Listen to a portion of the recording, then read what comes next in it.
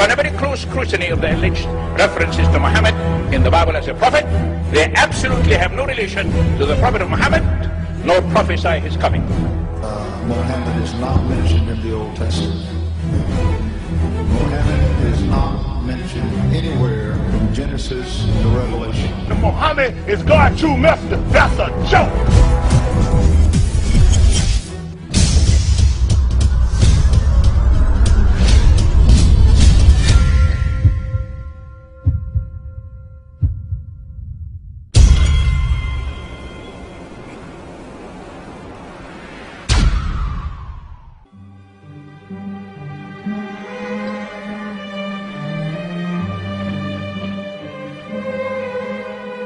Lo, we inspire thee as we inspired Noah and the prophets after him, as we inspired Abraham and Ishmael and Isaac and Jacob and the tribes, and Jesus and Job and Jonah and Aaron and Solomon, and as we imparted unto David the Psalms.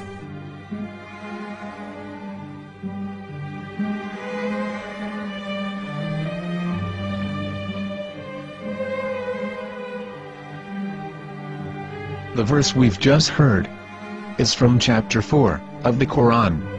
In the verse, God is affirming to humanity that Muhammad is indeed the recipient of a divine guidance, just as Noah, Abraham, and the rest of the prophets. However, some Christians and Jews today don't believe that Muhammad was a prophet and the covenant that God made with Abraham. And since the Quran is not their book of authority, in this video I'm going to show you that the book you're holding in your hands contains the name off the seal of prophethood, the Prophet Muhammad.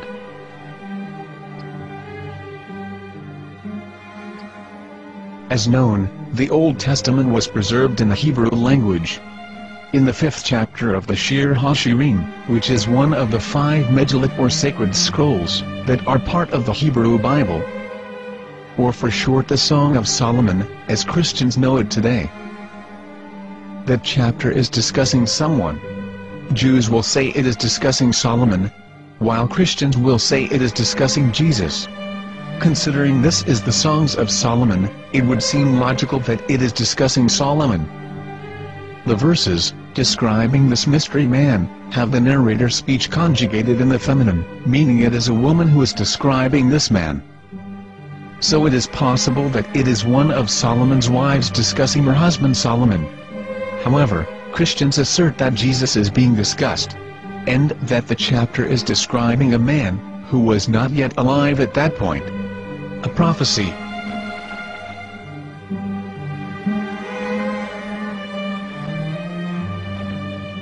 In reading the English translation of Song of Songs 5:16, it finishes the description by saying, "He is altogether lovely," but what most people don't know is that the name of that man was given in the original Megillat.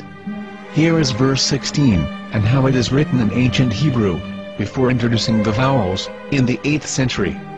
From the Hebrew Bible, on scripturetext.com. Here is the word in question. This word is made of 4 letters. Mem, Het, Mem, Dalet.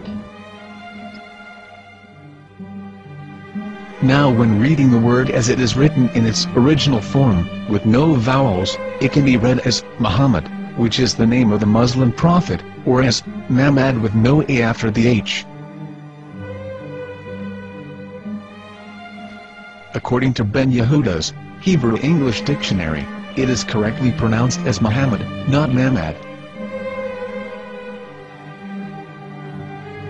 So how we're going to know for sure if it's pronounced as Muhammad, the Muslim prophet, or as Mamad, a random Hebrew word? The only way is to give the verse to a rabbi, and say to him, "Please read."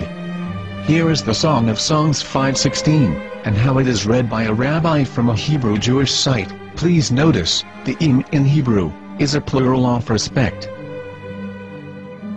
חיכו ממתקים וכולו מחמדים, זה דודי וזרעי בנות ירושלים. חיכו ממתקים וכולו מחמד, מחמד, מחמד, מחמד, מחמד, מחמדים. זה דודי וזרעי בנות ירושלים.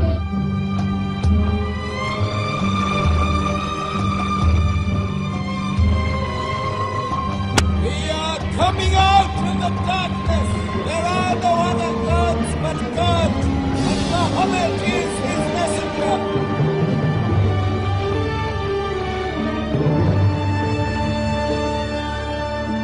Let the world hear. חיכו ממתקים וכולו מחמדים, זה דודי וזרעי בנות ירושלים. חיכו ממתקים וכולו מחמד, מחמד, מחמד, מחמד, מחמד, מחמדים, זה דודי וזרעי בנות ירושלים.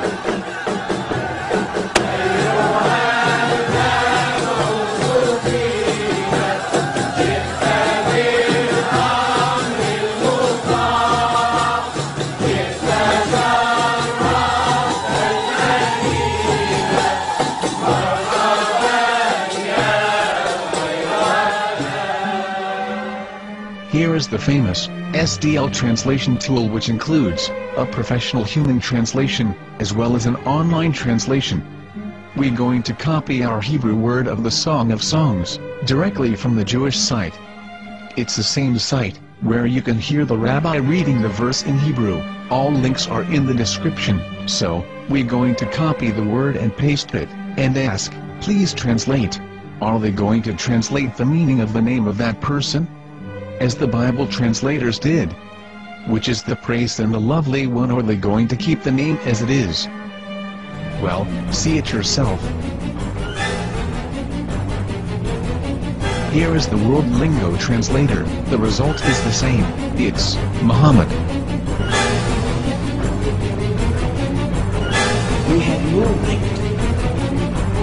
We have no right to translate names of people. Anybody. Your name should be retained. Mr. Black is Mr. Black, though he's white.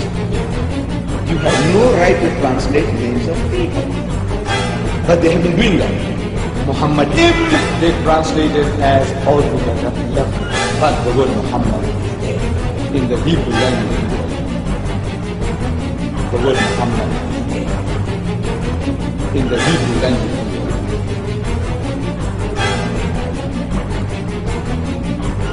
I will tell you a story from my own personal experience.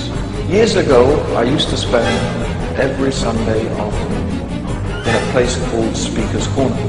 And in my years down there, I got to know a Jewish rabbi. He was a very nice man. He used to listen to me, and he was always very polite and talked about Islam in a very nice way.